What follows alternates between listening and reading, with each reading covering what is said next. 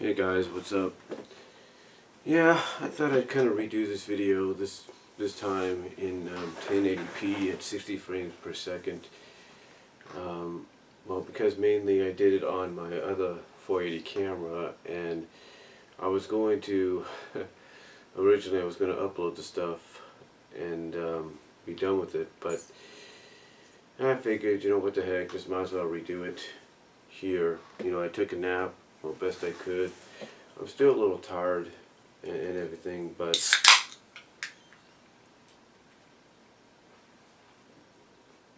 let's just say I ran on caffeine all day. Anyway, as a lot of you probably know, and I've talked about this many times, I'm one of those nostalgic people that grew up in the 80s that, yes, I did grow up with My Little Pony, the original Generation 1. I do own the complete series of Generation 1, as well as the complete first season of it when it was released through Rhino. I do own the movie when I DVD fabbed it, and even before that, when I lived in Kansas, when I recorded it off the Rhino release from a DVD to my ILO DVD recorder.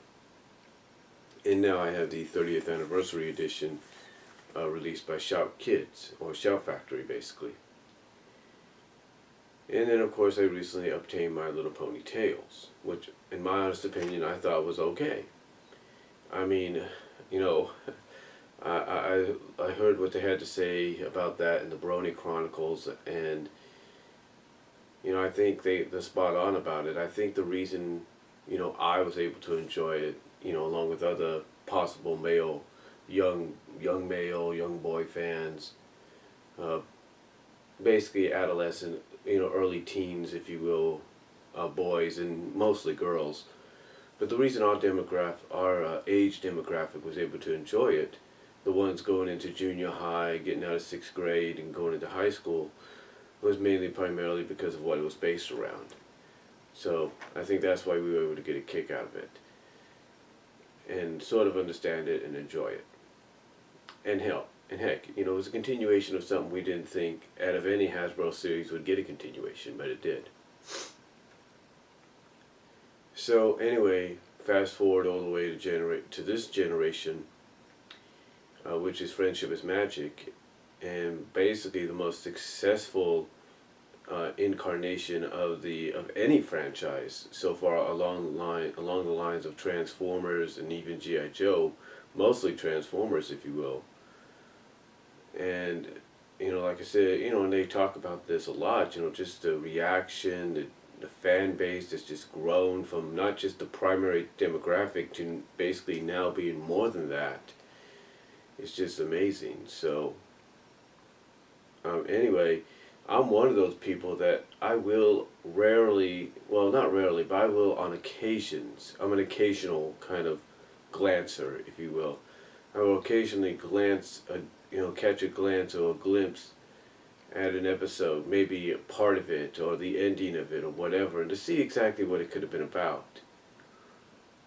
And yes, I have admitted that I recorded 2 episodes, primarily because they were holiday related. The Nightmare Moon episode, or the Nightmare Night episode, and the Christmas one they did. So anyway, getting to the point, because of this, just out of curiosity's sake, you know, I have collected, you know, some stuff. And like I said before, it's mostly out of nostalgia. You know, because there's a lot of people that, you know, collect a lot of the newer stuff out of nostalgia reasons. I mean, I've got several Ninja Turtle figures that my nephew right now, who's asleep, you know, comes over and plays with now. So, and they're based on the Nickelodeon. Most of them are based on the Nickelodeon series, which I don't really watch that much of. So, if at all, because primarily I just, you know, I'm okay with it. I mean, I understand why it's huge and why it's popular, but still, it's just like, it's not my cup of tea. It doesn't mean I won't collect the figures or anything, or even buy a game or so based on it. It's out of nostalgic reasons. Nostalgic reasons of being a fan, or growing up with it.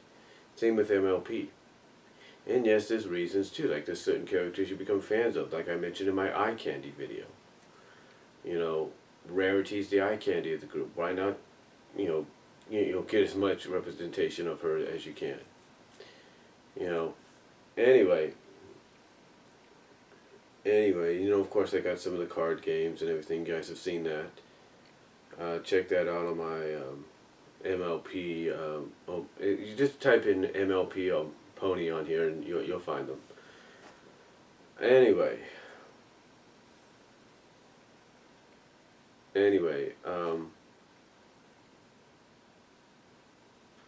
getting to the point here, because of this, like I said, out of curiosity and everything, I've become a member. I've liked and basically become a member of the two Facebook groups which are closed, which is Friendship is Magic and Friendship is Fanbase, or something like that. And one of them, if not both, every week shows a sneak peek courtesy of Hasbro and Discovery Family of the next episode upcoming. And as I looked at the sneak peek of this past Saturday's episode, it made me wonder. And again, this is something that, I think one of the people I'm subscribed to, OTR Essential, and Jeff Shiegel, the Schleck Daddy, who does wrestling reviews and sports reviews and stuff like that. When he did his review of NXT TakeOver Unstoppable, he said that because he hadn't really watched NXT that much in a while, that he was able to go into it with a fresh perspective. And it made him curious as to what, was going on. It made him want to see more of it, basically. And in a sense, now makes him want to watch NXT again just to see what's going to go. It makes him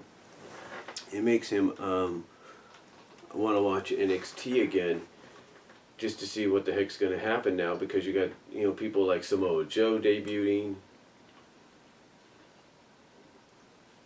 and so forth. So he was able to go into, like I say, TakeOver with a fresh perspective as to what was going on, kind of get an idea. And then basically because of this, was able to take away the fact that, okay, he can give NXT a chance. So I'll give it a chance again and watch it when he can.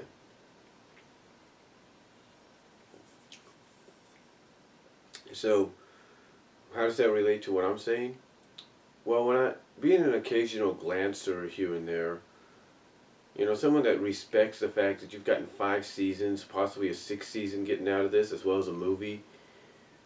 From a fresh perspective, like I say, of being someone that occasionally glances here and there, just like a lot of people do, I'm pretty sure of it. When I saw the sneak peek for this past Saturday's episode, it made me wonder if they got something planned for Twilight Sparkle.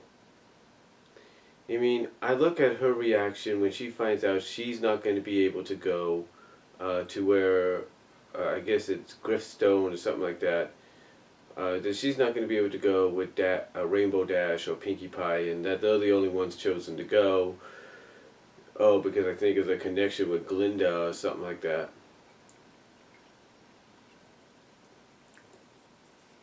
So, anyway, like I said, I looked at, she was like, I'll just, it'd be basically her reaction was, her reaction was basically one of, even though it'd be great, it'd be fun, just exciting and all that, and basically her reaction was, you could tell she wanted to go, but she was more like,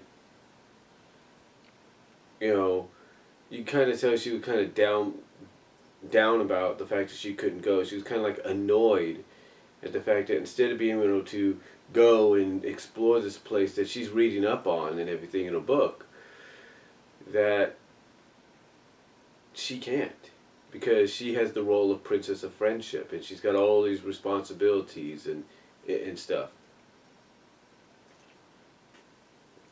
Even when she said, even when she points out that she knows Pinkie Pie and Rainbow Dash will do a great job, and she'll just stay there at the Crystal Castle and do princessy things. Like I said, you kind of tell she's not really enjoying her role. So, not the fact that she doesn't appreciate it, but you kind of tell she's in a situation that we've seen in other programs, especially Hasbro cartoons in the past. So it makes you wonder if they got something planned for her in the future, because, like I said, even though it's just a small sneak peek, looking at it from a fresh perspective and a nostalgic perspective, I look at it and I say, and like I said, I look at it and it makes me wonder, what they got planned. And it makes me think, makes me think back to Transformers Generation 1, Season 3 and 4. Excuse me. Because you see, one of the primary subplots of Season 3 and 4 was the fact that here you had Rodimus, formerly Hot Rod, who, as anybody that's probably watched Transformers the movie knows, was basically the Luke Skywalker of the movie. He was the chosen one. He was the chosen one to be the next Prime. He was chosen to be the next leader after Optimus. So you go into Season 3 and 4 of Generation 1, and you kind of see throughout that the subplot there is he's not really happy. That he doesn't like the fact that he has the entire burden of the Autobots, if not the universe, on his shoulders. That, he has all this responsibility, and yet there's still this aching, this inkling, if you will, to get back to what he used to do. Just, be adventurous, have fun, do his own thing.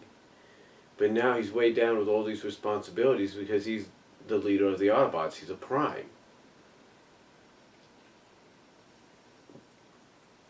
And, like I say, you see that all throughout the season. That's basically a subplot of the season. You see it right at the beginning when, instead of, making a speech like Ultra Magnus wants him to do in the first episode of the Five Faces of Darkness miniseries, he's like, who cares kind of deal. And he says, let's just get it started. So, and again, like I say, you kind of see that throughout the season. In Dark Awakening, you see it a lot. You kind of really get this idea that he's, when he thinks Optimus is, Optimus is alive, but not technically, that he sees an opportunity to finally get this responsibility, this burden off of him, and he can go back to being himself again, going back to being Hot Rod, which he's actually elated to when he does, because he's like, oh right, Hot Rod is back, let's party. You could tell, you could kind of sense that he wants to get back to that, and you could sense that as well later on in an episode called The Burden Hardest to Bear, where he loses the Matrix, he goes back to being Hot Rod, and instead of going along with them at first to get the Matrix back, he's like, screw it, I don't want it. You guys want it? Go and get it yourselves. I just rather do my own thing.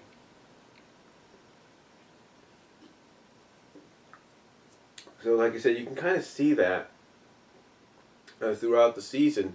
And like I say, throughout those seasons and those episodes specifically. And like I said, it's a subplot there. And the reason I say it's kind of relatable to what I see possibly from just this one clip, a sneak peek of this past Saturday's episode, I almost see a similar trend with Twilight. Like, she understands her responsibilities. She understands, she's got this, she's got this title of princess now. She's got this, entitlement of responsibility and prestige and all that. But in a sense, you can kind of tell that she also wants to be able to do her own thing again. Now, I know some people might say, well, it's kind of contrary, Brian. I mean, if you would have watched the Smooth episode the week before, it's almost contrary to that, right? Well, almost contrary, but not entirely.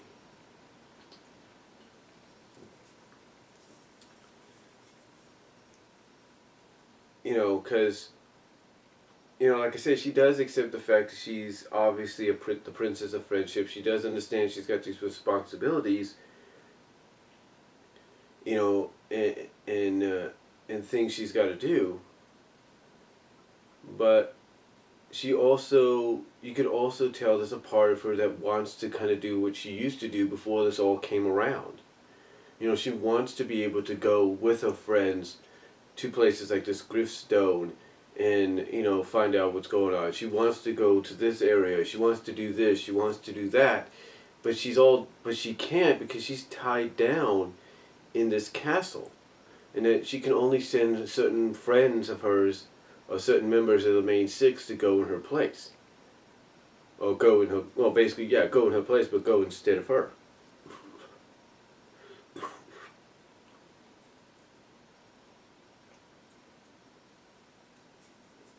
So, it makes you wonder, even like I say, from a fresh perspective of being, of an occasional glancer and watcher, it makes you wonder exactly what does Hasbro have planned. What does Margaret McCarthy and those involved with the series have planned for Twilight? Do they plan to go down a similar path like, the writers of Generation 1 Transformers did? With Rodimus, Hot Rod if you will, or what's going to happen? Are they going to have something come up in the future where where it's decided that, okay, even though you are the princess of friendship, you have these responsibilities, you do have a point, Twilight, you should be able to go out and still live your life again. You should be able to go out and do these things that you used to do before you got this responsibility. Are they going to do something where that works out? We don't really know. Because when you think about it, it's crazy the Star Wars references to MLP FIM. It's like she's the Luke Skywalker of the group. It's like she's the chosen one. It's like, I may have not watched the series, but from what I've read and people have told me, it seems that every finale ends with her being the one to go one-on-one with either the villain or be the one that solves the problem. So, again, it's like, it makes me wonder, if you will, exactly what they got planned for her in the future. Because I can almost see, and again, this is just from a fresh perspective of an occasional glancer and watcher, it makes you wonder exactly what do they got planned for her. It's very curious. Do they plan to have her kind of, finally, acknowledge that, hey, I don't mind the role and everything of being Princess of Friendship, but I want to have my own life again. I want to be able to do what I used to do. I want to be able to go with my friends to places like Griffstone and everything and, enjoy the adventure or whatever. We'll never know. We'll never know, but we'll never know until we get an answer. But I kind of get a feeling, though, in my opinion, just as an occasional glancer and watcher and someone that's looking at it from a fresh perspective, I look at it as though I think they do have something planned for her, and it's going to basically but it's going to be basically acknowledged towards the end of the season and really be explored towards the end and maybe into the sixth season as well, if there is a sixth season, which obviously if there's not, then something's seriously wrong. But really, that's just but really, just look